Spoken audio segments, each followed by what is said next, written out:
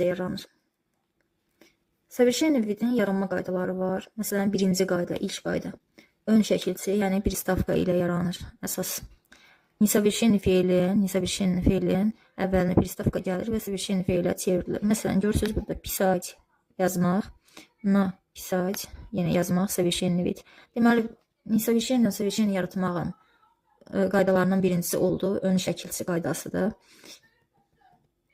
Ön şəkilçi qaydası oldu. Titать, protitать. Bu titatin qabağında həmişə pro görmək məcburiyyətinə deyilik. Hər şey ola bilər. Po da ola bilər. Başqa peri də ola bilər. Bu pristavkaların özü həm совершенный vidə çevirir, həm də yeni bir məna çaları əmələ gətirir feil üçün. Yəni bu oxumağın nə cür olduğunu. Məsələn, protitать qoysaydıq, biz bilərdik ki, biz nəyisə təkrar oxuyuruq, təzədən oxuyuruq.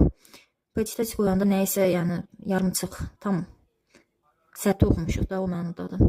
Делать sıyla совершенный vidə keçibdir. Sonra несовершенный совершенный yaradarkən ön şəkilçini görən kimi fikirləşmək ki, совершенный viddir. Məsələn, bunları mən silirəm.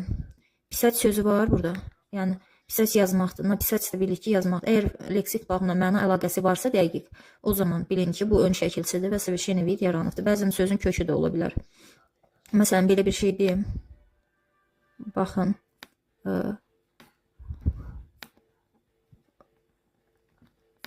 Əlim yaradı. Gec yazıram.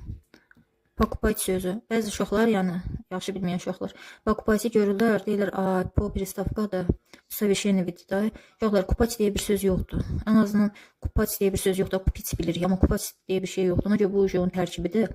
Yəni bu feilin özü несовершенный viddir. Покупать görəndə bilin ki, несовершенный, yəni yeni sifirdir. İkinci qaydamız nədir? Sonluqdur, yəni sufiks, son hissə. Baxın, yazmışım.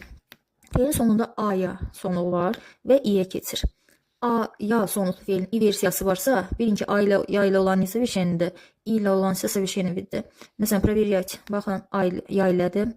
Bir də проверить versiyası var bunun. İki versiyası var da, iki versiyasını oxuyubsunuz, savaqsa, ikisi də sizə tanış gəlir. Onda bilin ki, yat olan несовершенныйdir, it olan совершенный viddir. Отвечать, baxın, a ilədir, bir də ответить forması var. Bu совершенныйdir. Deməli, a ilə olan несовершенныйdir. İlə olan совершенныйdir. Baxın, bayaq deyim, покупать.